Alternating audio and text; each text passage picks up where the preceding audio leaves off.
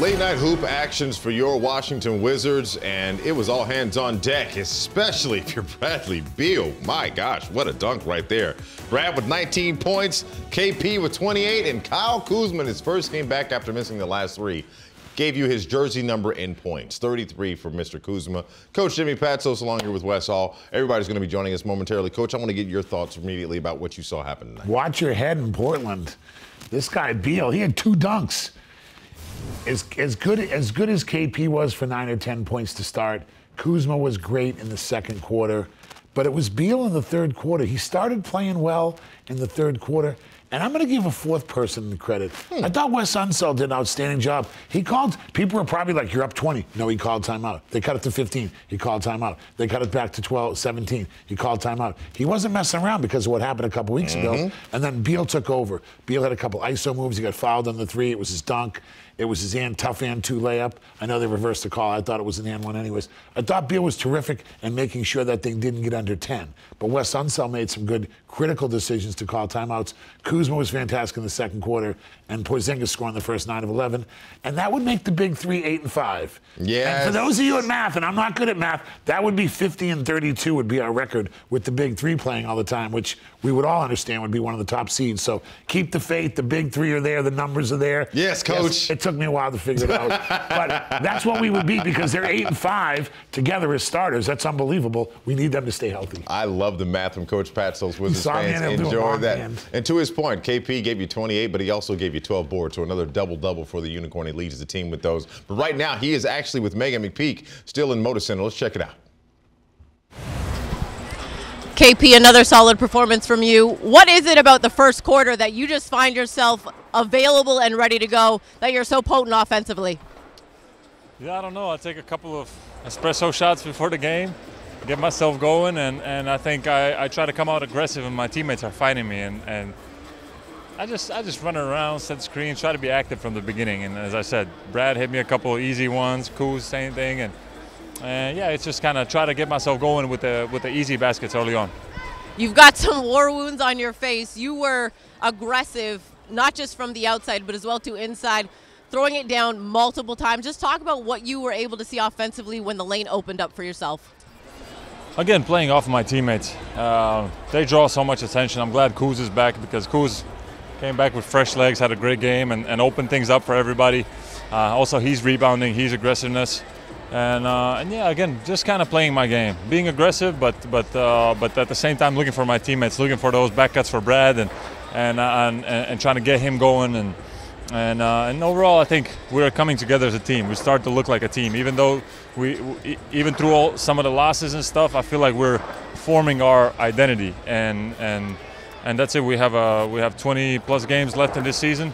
We have to finish strong, and I believe we have to keep this together, and we can look really good going into the next season.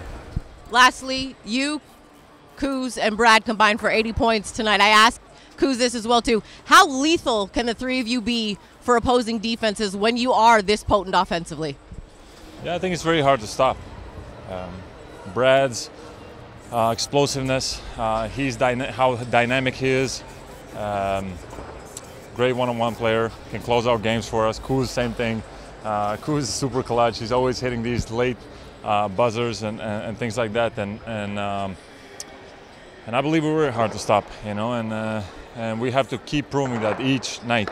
Each night is a tough game. It almost feels like these last couple of games like we're almost in the playoffs, so because of the atmosphere that we're playing in, and I love that. I love that. There's a lot of energy, and we want to keep proving that we belong. Congrats on the win. Thank you very much. Thank you much, Megan, as we're joined by Chris and Drew still in Portland. Guys, we talked about the third quarter for this Wizards team then. They were up 7 at the half, but guys, ultimately in that third quarter, the Wizards outscored Portland 38-22. Drew, wire to wire, that's what they needed to do tonight. Yeah, well, my keys for the second half was to limit the turnovers. They did exactly that. Had 11 in that first half, only 3 in the second half. And when you're shooting lights out from the field, I believe they were shooting, once again, 60+% in that first half, almost 50% from 3. You want to give yourself a chance at the rim. You do not want to turn the ball over when you're having a good shooting night. They did exactly that in that second half. They took care of the ball. They shot 17 for 33 from three-point territory. I'm good at math. That's 51%.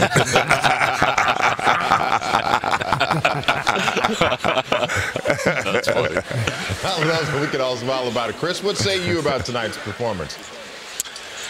You know, I want to go back to the pregame where I talked to Chauncey Billups. I just got him off to the side, just wanted to exchange some pleasantries with him, and I just asked him about the big three. And this isn't the first time I've heard the opposing coach say this. And Jimmy, you being a coach can really speak to this, and Drew, it's really hard to guard Washington when they're whole. It's hard. I mean, think about this. Bradley Beal scored 51 in this building back in 2017. He has the ability to score big numbers. Kristaps Porzingis here lately kind of starts the offense for Washington, right? And then this nuclear offense that is Kyle Kuzma can get going at any moment. Remember, he started 0 for 3. He's hitting half-court shots, threes, middies to the rack. This is difficult to deal with for any team in the league when this team is whole like this, because you might stop one, you might stop two. You're not going to stop all 3 of these Wizards offensive players. And when they take turns like this, Porzingis starts, Kuzma in the middle, Beal could be the finisher in the fourth. Good luck trying to stop it. I want to jump in with Drew, too. I agree with you, Chris, but Drew, you've been there. You know, people understand Drew Gooden, one of the greatest players coming out of high school, great player in college. Then he had to adjust his role and starts in the finals. Hey, Drew, it's easier when you have guys attracting a lot of attention for guys like you, like when you were the 4th starter, for instance. Tell us about that. Like, your role changed, but you're still out there. Did these guys open it up that much more for you? Yeah, absolutely. I mean, I've played multiple positions, started at 3 different positions, small forward, power forward, center. So I've seen a lot of basketball and played a lot of basketball at different positions and viewing it from a different perspective. And with that being said, Chris made a hell of a point. I mean, when you got 2 guys out there, which we saw, Bradley Beal and Porzingis, you can kind of key in on that. But when you throw that third X factor in the mix, that third variable, and that third variable happens to be Kyle Kuzma, a guy you do not have to run plays for, that makes your scout and having to scout these guys that much tougher, because what do? Who do you trap? You can't trap one guy because you're going to leave two all-stars open. You talk about Bradley Beal and Porzingis, guys that have been all-stars in this game before.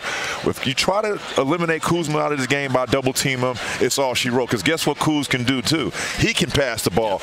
Bradley Beal is an underrated playmaker. And you know what? I've seen Porzingis make some nice passes to guys in the post off that pinch post 2-man game action. He's a willing and capable passer, too. So I love the dynamic of those 3 guys. Well, guys, let's go ahead and have some fun with this and add the 4th wrinkle to this whole equation, because we've got the big 3. You know they get the lion's share of the light. But what about Kendrick Nunn off the bench tonight? 10 points, 2 for 3 from deep. You talk about a guy who literally has no plays drawn up for him, guys. Chris and Drew, looking at his contribution since he's joined the Wizards, it's fair to say that we are very happy with what we received from Los Angeles. I want to jump in, Drew. Does it matter that he's our only lefty? Like, do you like having a left-handed guy? Hey, you know what? I don't matter as long as he can get buckets. Well, I don't care if he's left-handed, right-handed. Hey, I'm from the hood. We say both-handed. Both-handed, right. Tell us about both-handed. But seriously, Chris, what do you feel about, how do you grade Kendrick Nunn's assimilation into Washington basketball so far? You know, that was supposed to be Will Barton's role, right? And when the Wizards were able to acquire Kendrick Nunn, Nunn just really doesn't care. I mean, the first game he came in, Drew was like, wow, and he's pulling. He didn't shoot the ball particularly well, but the guy just doesn't really care about trying to assimilate. And I don't say that disrespectfully. I'm saying he just comes out, go play basketball. And that's what we've seen from him. I mean, look at yesterday. He had 13 points, and he actually led the team in assists. He had 6 assists last night, and then he follows it up by coming out and doing what he did tonight against Portland. I think he was just a good find. He's somebody that got kind of stashed in L.A. because there were certain guys that LeBron, let's just be honest, particularly liked better maybe playing with. So he was sitting there on the end of the bench. One man's bench inactiveness is another team's opportunity. So I love Kendrick Nunn. I like how you work that out, Chris. I appreciate that. Thank you very much, sir. My brother. Hey, brother, I tried to clean it up on the fly because I wanted to say something else. You slow roll with the handsy on that one right there. I'm like, oh, I see him. Well, guys, enjoy. All the kids asleep. Right. Asleep right now. Right? Tell them we got enough. That's all that matters. Chris and Drew, enjoy your travels. Guys, we got one more before the All-Star break, and that's in Minnesota. We appreciate you right now. Wizards fans, let's go to head coach Wes Hall Jr. at the postgame podium. Well, I thought we had another